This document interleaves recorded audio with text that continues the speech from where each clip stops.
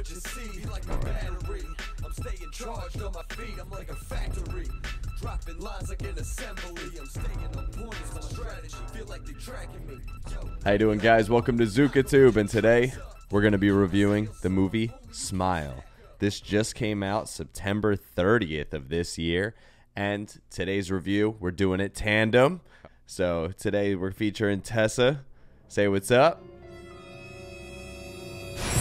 Okay, so after we go through this trailer, we'll do our little summary, you know, give you our review, and then after that, we'll go into a spoiler section at the end.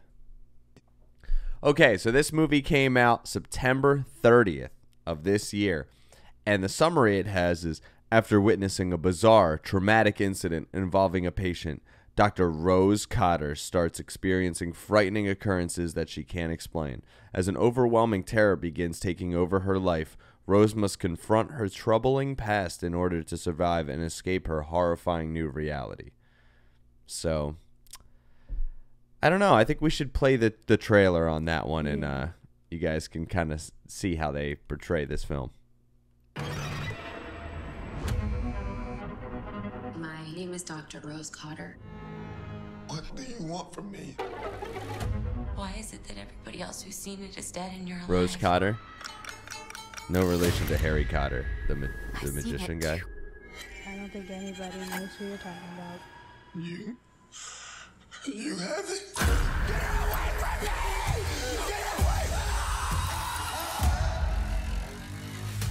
Damn, man. Smiling at me. Carl? You got it. Get away from me. But not a friendly smile. Creepy The smile. worst smile I've ever seen. It's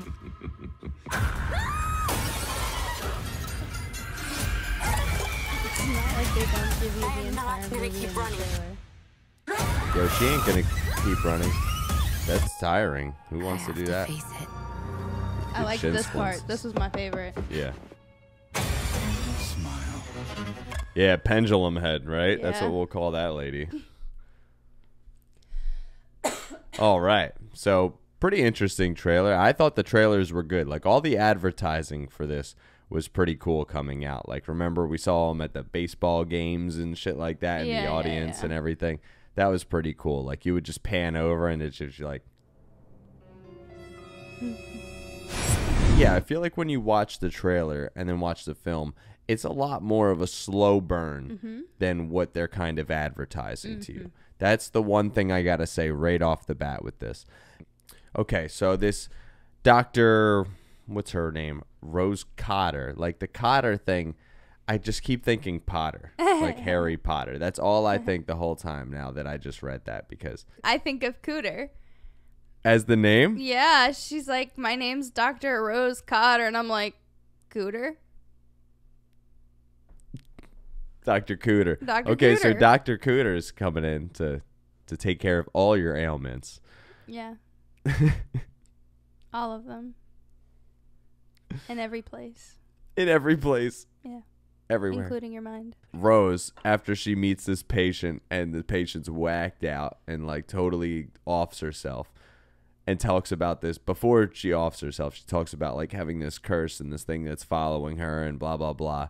So then she starts seeing some weird things and obviously then thinks that it's following her and it affects her job and all this. And she starts having to investigate it and trying to figure out what's going on. How do you just kind of get the smiles? How do you get a case of the smileys? So what did you think when you saw this film?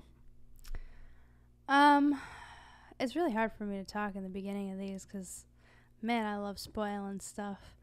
I mean, like, it really made me feel like it was tied to mental illness because of how much they're pushing that, you know what I mean? I mean, in the beginning you see the mom, and then, you know, it jumps to her being an adult, and it's still like this stigma on mental illness. You see multiple interactions.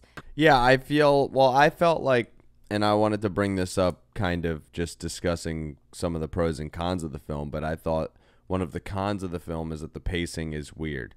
And the things they kind of decide to do, some of the things kind of get lost a little bit. And I think that's one of the main things that kind of gets lost is in the beginning they introduce it, almost like a mental illness type of thing, and they do the kind of "what are you, a nutcase" deal, and the whole thing with her mom in the beginning. Some of the other things to me kind of fall by the wayside here and there as well in the film, especially certain relationships that they go into, and they bring certain dynamics into it that involve some personal life stuff that I felt really got lost. I don't know. I felt like certain things worked and certain things didn't with this film. I do like the effect of the whole smile thing that they put in this. That's very enjoyable.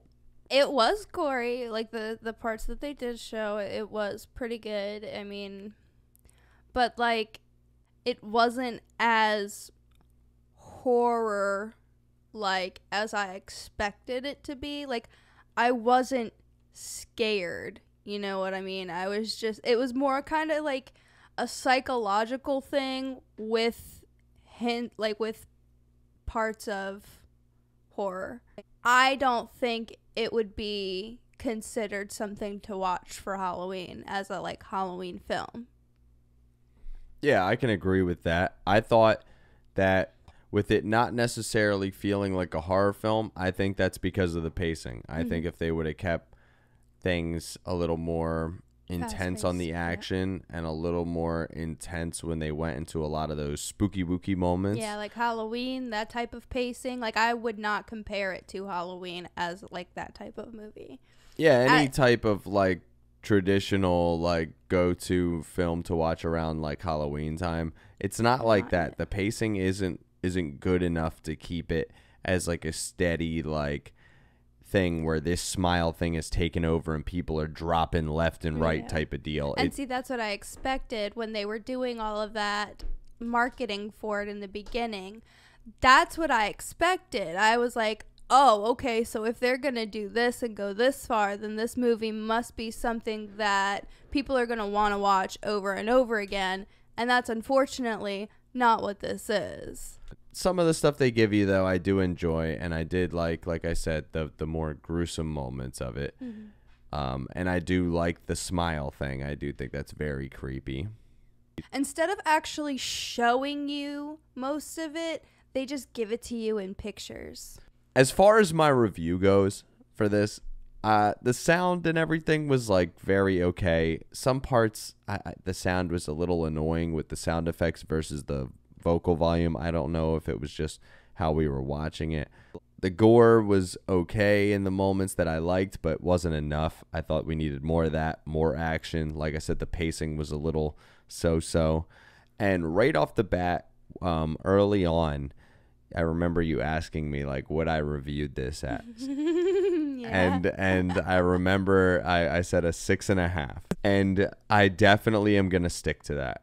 I'd probably go with a 6. A 6? Yeah, I just didn't really like it that much. Yeah. Unfortunately. I'm really disappointed that I don't like it as much as I thought I was going Yeah, to. I really wanted to like it. I like the ads. I like the trailers. So much potential. The creepiness. Like I said, that smile thing, I do enjoy it. Our reviews, 6.5 and a 6 out of 10. I don't think I've ever reviewed something lower than you. Yeah, that's surprising. But hey, there's a first time for everything, right? And now let's get into that spoiler section. Spoilers.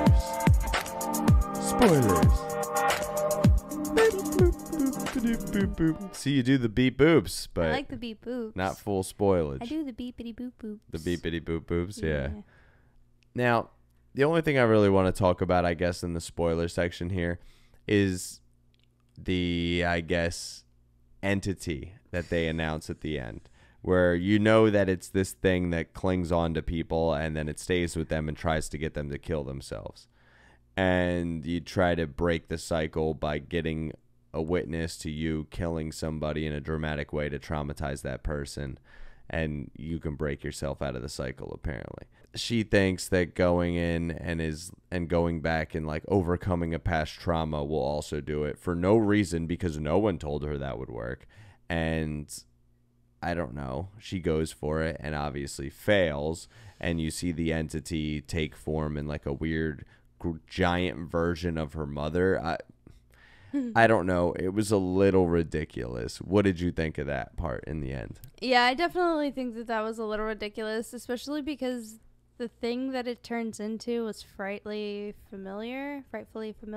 Maybe I felt like it looked kind of like the faces of the zombies in I Am Legend. So she gets in her car and she drives all the way out to her friggin' mom's old house.